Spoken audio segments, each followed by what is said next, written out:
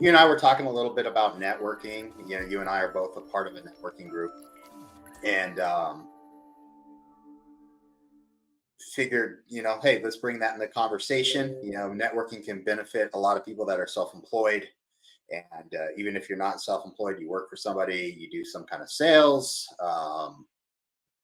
or just you need to be around people, you need to put people together, whatever that may be. Let's talk about that. Like, well, what are your thoughts on networking? How can it benefit others, Chris? And what information can you provide that could be valuable?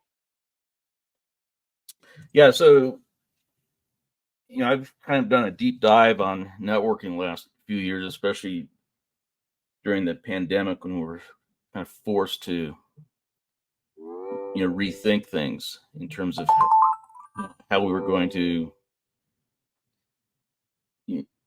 reach out and connect with people and discuss business.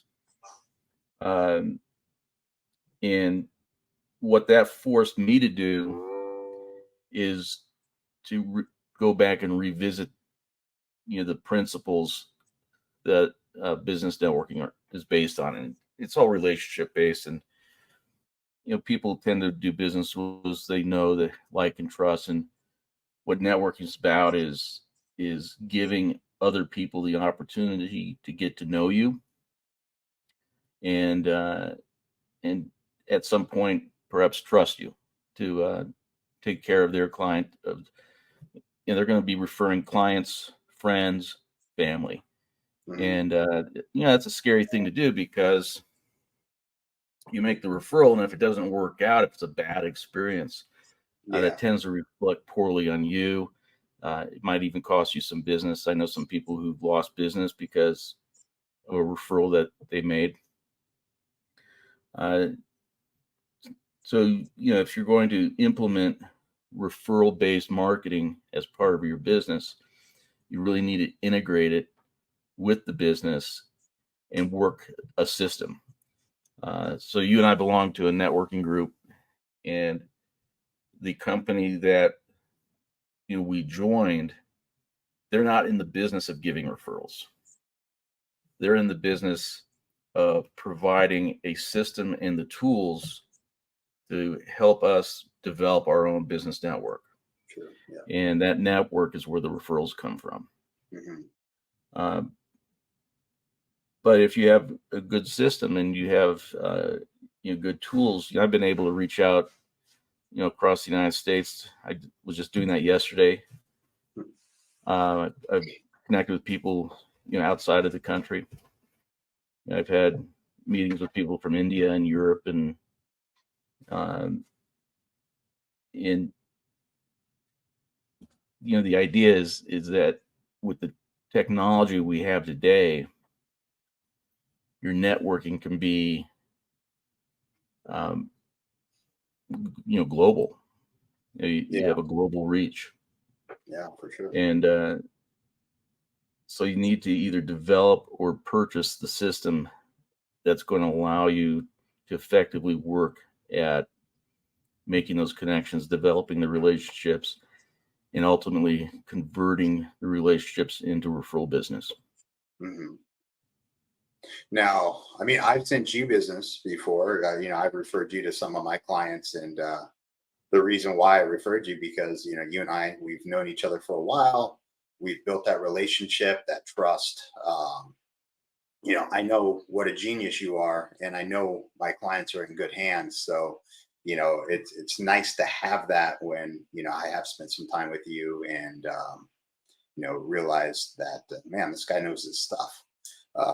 So I know anyone that I refer to you, I know you're going to do the right thing for them, and I think that's one of the biggest things, making sure you're not guiding them in a direction that I don't think is best for them. I know you'll guide them in a direction that is going to benefit their life, set up their businesses, trust, whatever. So I just want to thank you. That's been great, and I know, and you've also referred me some business as well. What did I do to have you trust me to refer me out business? Well, it's the same thing is that you and I spent time together. We meet one-on-one to talk about our respective businesses, share with each other what a good referral looks like, um, what probably doesn't work in terms of a referral. Hmm. It's it's not something that happens over at a cocktail party, right? Yeah. I mean, when I first started trying to develop a client base years ago, I thought what networking was is you would go to the Chamber of Commerce event, or you would Hmm. go to some other type of quasi-social professional event and hand business cards out and collect other business cards from other people. Yeah. And the only thing that got me was a big stack of business cards on my desk. Yeah. Done that too. And I mean, I don't consider myself one of the best networkers, and not one of the best follow-ups. I'm not super aggressive with people, and it's just I like people to get to know me and just feel comfortable, and know that I'm Yeah, always going to do the right yeah, thing. and So there's no need to be aggressive. yeah. Um, you but you do need to be intentional. Yes. And one of the mistakes I've made in the past is I go to an event and I meet someone who I find interesting, and we start a conversation. And because the conversation's interesting, Hmm. uh, I spend a lot of time talking to just one person, and that's not what you want to do at an event like like a conference. Hmm. You want to meet people, get their contact information, provide your contact information, talk to them a little bit so that you have an understanding of what they do, um, and move on. So after the event, you can then contact them and say, I'd like to schedule a time with you so that we can get to know each other a little bit better and see if there's an opportunity for us to work together. Um, One of the systems I've seen for that, uh, pre-pandemic, everybody had business cards, Yeah. and so what this person did is he'd go to the conference, he'd be collecting his business cards, and he would dog ear one of the four corners. And depending on which corner he dog eared it meant something different. Like, this might be a hot referral for me, or this might be a good referral partner, or whatever, however he was classifying it. Yeah. He would then go home from these events and hand this stack of cards to one of his kids, who would then photograph each card and upload it to something like Dropbox or something like that. And then his VA would manually enter that information into their CRM and tag that entry based on which corner had been dog-eared. That's kind of And that cool. would start them in a sequence. Yeah. Um, Having a system in place. Yeah. That makes right. sense. So, like they say, it's all in the follow-up. Hmm. And, I partnered with a young lady several years back. And the reason I was comfortable doing that was I met her at a conference, and her job was to get business from me. And I knew it. And I saw her, headed towards me, and I knew I anticipated what I was in for, and I was wrong. She never asked me for the business. We never even talked about business, and we had a great conversation. And at the end of it, I figured, well, I'll never see her again, because that's usually what happens. You go to a conference, you meet someone, you don't follow up, and they don't follow up. Yeah. Yeah, for sure. Well, I found myself sitting in Puerto Rico for a business conference, and I was having a pretty miserable time of it, which is a separate story.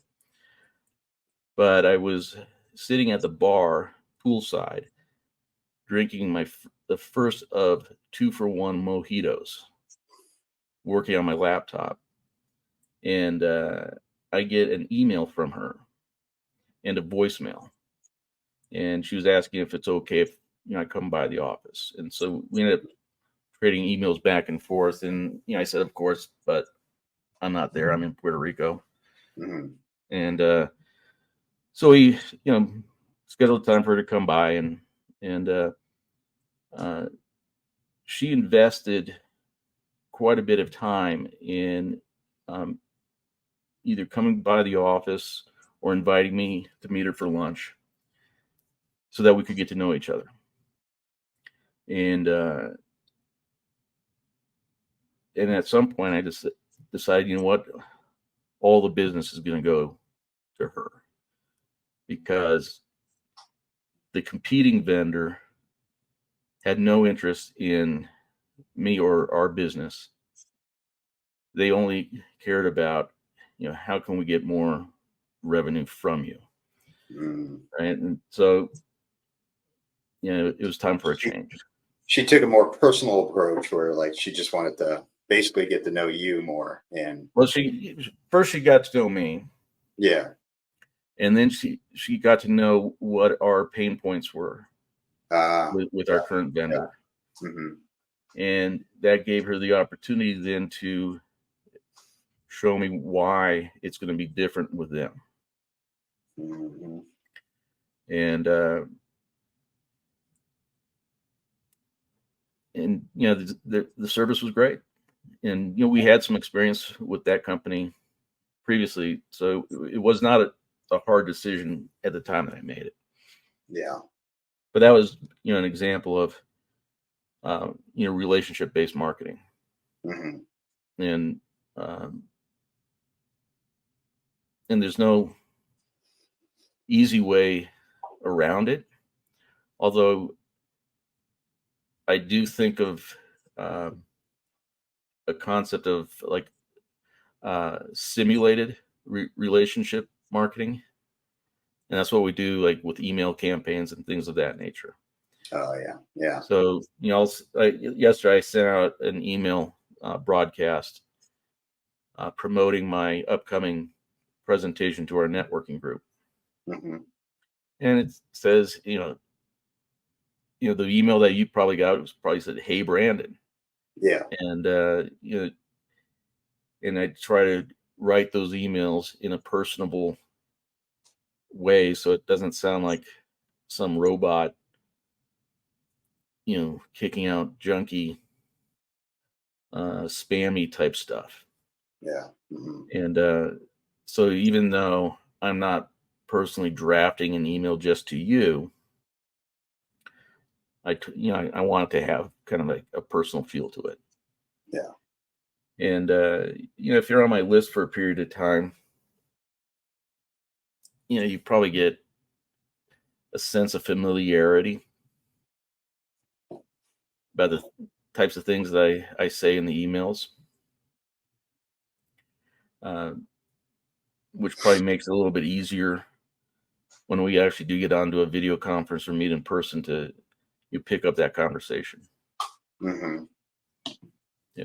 The trick is it's a one-way simulated experience, right? Because I don't get that same familiarity with the audience. Yeah. They're just email addresses. Yeah. Yeah. And so it's a one-way street, but once you realize that, then you can adjust to having that conversation should they decide to pick up the phone or jump on a Zoom call or what have you. Mm-hmm. Cool. But that's the the company we're with, they've developed that system, and we know it works because they've spread globally. Yeah. Right. So when I work with new members, what I tell them is we know the system works. And if it's not working for you, it's because you're not working the system. So, there's no magic wand, like poof, here's a referral. Yeah, of course. Yeah. And I know there's groups out there that, you join the group and you're required to bring referrals with you to each meeting. That doesn't really work. Yeah. Nobody likes to feel like you're pressured, or you're just giving out crappy referrals Well, because that's it. you're Is you get required. Here's a you get a name. very, Yeah, call this guy, and they have you no get a interest. low quality referral. Yeah, that's stupid. And the ones that I remember seeing were like the state farm agent who gets a referral for like some teenage kid who needs a 1530 auto liability policy. Okay, we'll take some time to do that, but you're not going to make any money like that. Yeah. A good referral for them is a homeowner who has 2 or 3 vehicles, maybe a boat. Right now they're writing a homeowner's policy, an umbrella, auto policies, boat insurance. That's a good referral. But what you really want is the system, because if you have a system that works, it'll work whether you're within the organization or not. So I use the same networking approach regardless of where I'm at. So if I'm at one of our meetings, great. If I'm at a conference or whatever it is I'm at, that's what I'm doing. I'm using the same system. That the business card doesn't work as well anymore because a lot of people know I don't carry business cards. But I have a virtual business card. Yeah, I mean, probably good to have both. Probably. So everything works differently for everybody, for different people. Yeah, if you're going to do a lot of like Some conferencing, people are just more, tech savvy and they just want it in their phone. So there are some drawbacks to the virtual. Yeah. Right. Because maybe you don't have internet. Well, I know what happens with me if I put somebody's number in my phone that night and I go home the next day and I don't remember their names. I'm like, wait a sec. And then that name is just buried in your contacts. I have thousands of contacts in my phone. So that's not always the most effective, Yeah, you need some form of CRM. Yeah. And so what the way I've done it is I have an app that I can take a picture of a business card. And it will import that into my CRM and tag that contact as whatever I want to tag them as, like conference. That's pretty cool. Yeah, that's nice. I don't think I don't know if mine does that. I've never really looked into that to see. I mean, obviously I use CRM. So I built a couple campaigns for and a CRM is a client relationship management system, basically. Yeah. So. Yeah, and there's different ones, and they have varying levels of complexity. I use one called Keep. It used to be called Infusionsoft. Oh, okay. And so I can drop say you and I meet at a conference, and then your name and email and maybe phone number go into my CRM, and you get tagged as being at the conference. Okay. You then go into a campaign where I'd send it just automatically sends out emails. And it says, hey, Brandon, it was really great meeting you at the conference. I'd like to follow up with you and get to know more about your business and see if there's a way that we can work together. Here's my calendar link. Please grab a spot on my calendar. Let's jump on a video conference. Right. And then there's enough intelligence in there that if you click the link, the CRM knows, okay, they clicked the link or they scheduled a Zoom video conference.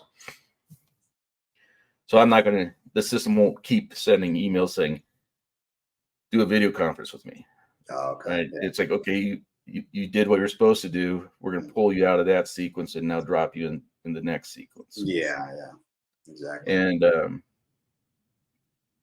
the goal is to just have that contact where you get to know someone and you try to establish the relationship. Yeah. There's a a service and a book called Giftology. And I have not implemented this yet in my practice. Giftology. Okay. But Giftology is kind of the science of gift giving. Mm. And so I was at a conference, and the author of the book was speaking. He told a couple stories about how they were able to establish long-lasting relationships with high value people. And one of the stories was they were pursuing a client who was a big Brooks Brothers guy. He bought all of his suits from Brooks Brothers. Mm-hmm. And so he was coming into town, and somehow there's a little bit of a creepy element to it. Somehow they convinced the hotel to give them access to the hotel room this guy was going to stay in. Wow. And they contracted with Brooks Brothers. So when that guy goes in that hotel room, it's like walking into a Brooks Brothers store. Oh my God, that's crazy. And basically they said, pick out whatever you want. And so that they got a phone call from the guy, and he says, okay, I'm going to be in the hotel lobby in an hour. And why don't you meet me there? And so they got the meeting that they wanted, did business with the guy. That's pretty extreme. Yeah. I probably will never do something like that. That's a whole nother level. That's pretty cool though. Yeah, but so basically the rule is, the first gift you give is something for the individual, and it needs to be personal. Yeah. And then after that, you don't keep sending them gifts. Okay. You send the gift to the spouse, to the kids, for the dog, stuff like that. And kind of the goal is that you want this spouse to say, hey, honey, whatever, when's the last time you saw Chris? We should get together. Mm. Right. And I want more gifts. Yeah. So that's I haven't figured out how I would want to implement something like that. Yeah. Because there's a element of manipulation involved. And you have to be sensitive to that, because if someone's buying your wife gifts, it's like, what are you doing? That's interesting. Right? It's like,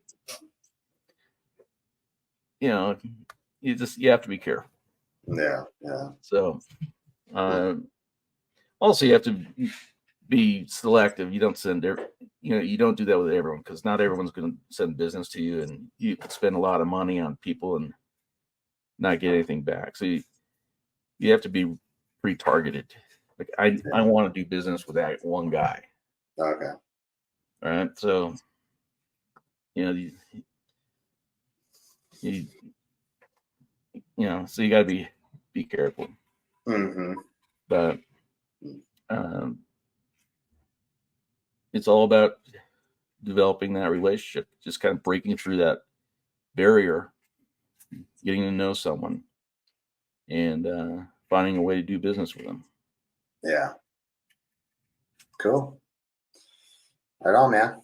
Well, I think that sums up networking and gift giving.